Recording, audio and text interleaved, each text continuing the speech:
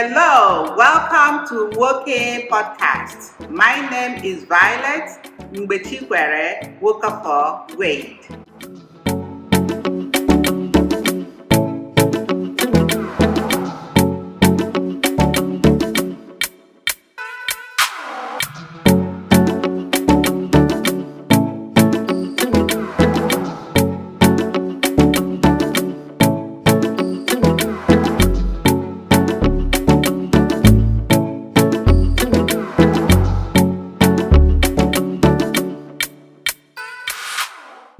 Today, we're going to have a special guest, my handsome nephew, Tochi Nwokeafor. He's joining us remotely on the Zoom, and we're going to be talking about mental wellness. So, welcome, Tochi. Thank you, Auntie, and then happy birthday. Thank you so much. I'm wishing you the very best. Thank you. I'm so glad to have you today. I'm glad to.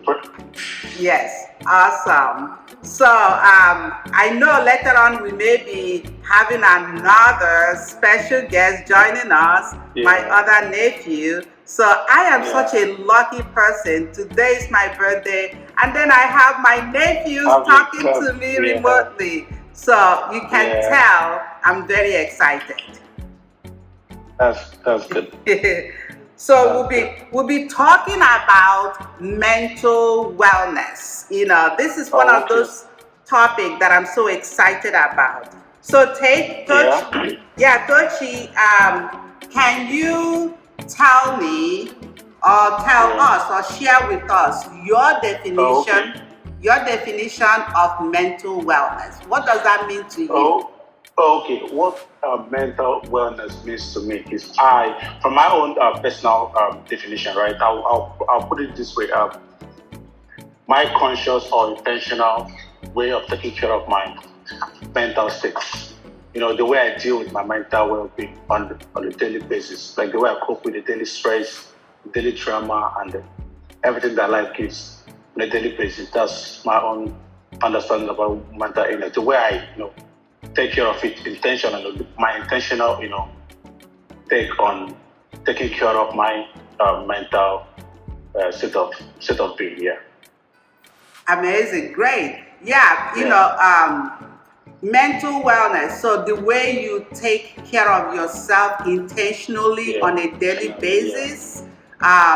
Being intentional, which is about it. Yeah, very good, because sometimes we're just walking around life not being intentional about ourselves. About it, yeah. And sometimes, we also think that being intentional about ourselves and taking care of ourselves is a selfish thing. Selfish, yeah. So sometimes we forget about ourselves. And we are worried about everything else, not realizing that we are neglecting our own ourselves mental state as well. Yes. So I like that definition, being intentional about yourself. And then taking extra consciousness, the extra consciousness into taking care of yourself. Right. You can be conscious about it, but if you take extra consciousness, like you're always self-aware that you need to take care of your mental state at every given time. Yeah. So taking action. Right. Okay. Yeah, taking action. Not just I'm aware. I need to be intentional about my mental stability, but taking steps to steps as well. To do that. Okay, so what are some of those practices? How do you take action? What are some of those? Can you share them with us? So let me share some experience, right? So let's just say I'm having a bad day. Okay. Like the day where I'm having a bad day, right? And I really need to put my mental state in check. You get, and then I get a call from someone I know definitely will, gets me in a mood where I won't be able to, handle myself, right? I will ignore the call, and then get to call back later when I feel I'm better, like when I feel like I can handle whatever comes at that time, right? Right. So So if I'm in that kind of situation and then I'm getting calls or probably a message or something from those kind of persons, Right. I will ignore for the time being. And then we're in the social media era as well. Right. Yeah. So and then I'm someone that kind of like reading stuff on social media, online, Facebook, especially on Facebook, right? So being intentional about your mental health will also you put in place certain things you absorb on the internet. So if I know this kind of person as someone who probably write things that kind of triggers me or probably gets me in a very, very bad mood, right? I mean, it will take me much just unfollow the person, just to protect my mental state without having someone external affect my states. Wow. So I'm intentional when it comes to things that I read online. People are let into my personal space, especially when you are in, so sometimes we get into that mood where we probably can't really handle external stress. Right. Yeah. So to take care of yourself at that given time, right? You need to put certain things into place. Things that will trigger you. You need to put a pause on it so you can Get take care of yourself. Yeah. So get back and then, what I'm hearing you is actually you're setting boundaries. Yeah, setting boundaries. Setting boundaries. Yeah. Because that's one thing that a lot of people don't know how to do, right? You want to please everybody. So, like you said, if you know that there is this person who, if you take this call, it's going to mix up your day. So you go, okay, I'm not going to answer that call right now until let me get myself in a good mode, in a position where if I answer the call, I'll be able to not let it affect me. And if it's something that is very toxic, that is toxic to you, you don't have problem either unfollowing that person or just blocking that person in the person just to get yourself. Okay.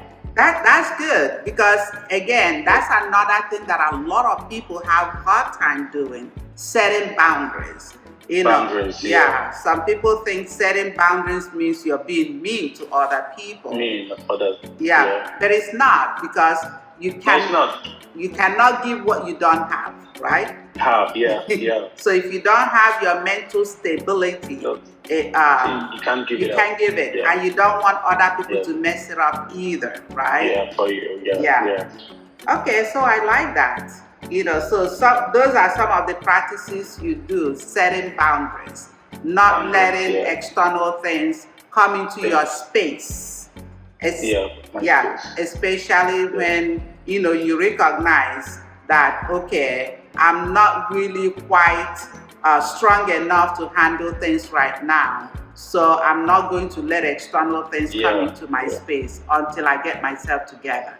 And then then you take action to do some of those things. Sometimes it could just be breathing, Breathing, Breathing is also one of those things that are so simple and yet so difficult for us to do. To just breathe, not worry about anything else, but just stay in your space and breathe. And just bring in positive thoughts into your life.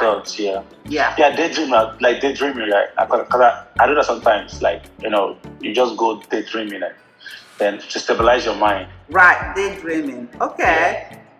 Okay, good. So are there other things you do, not that that you practice? So I play music. Music that is set for that mood, right? Play music, or maybe go on Netflix to watch a movie. Or the reading part, I think I read whether I'm sad or happy. The reading is something I do regardless of the mood. So, but for whenever I get to that space where I really need to protect my mental space, I will just go on Netflix and then look for a movie to keep my mind off from what is, happening at that moment. Right. Yeah, that's it. Yeah, that's good. Yeah. Sometimes binging on your favorite movies that bring in joy into your into your heart, and you just watch it and block out every other external things that is external thoughts, that are not good for you. For you at that moment, At that moment. Okay, I like that. Yeah. Cool. Thank you for watching this episode on self-care wellness practices. We hope you are inspired to take care of yourself and each other. We will continue this conversation in the next episode by sharing our different cultural experiences as they relate to our mental wellness. Please subscribe, like, comment, share, and turn on the bell to be notified of new episodes. Thank you so much. Bye-bye.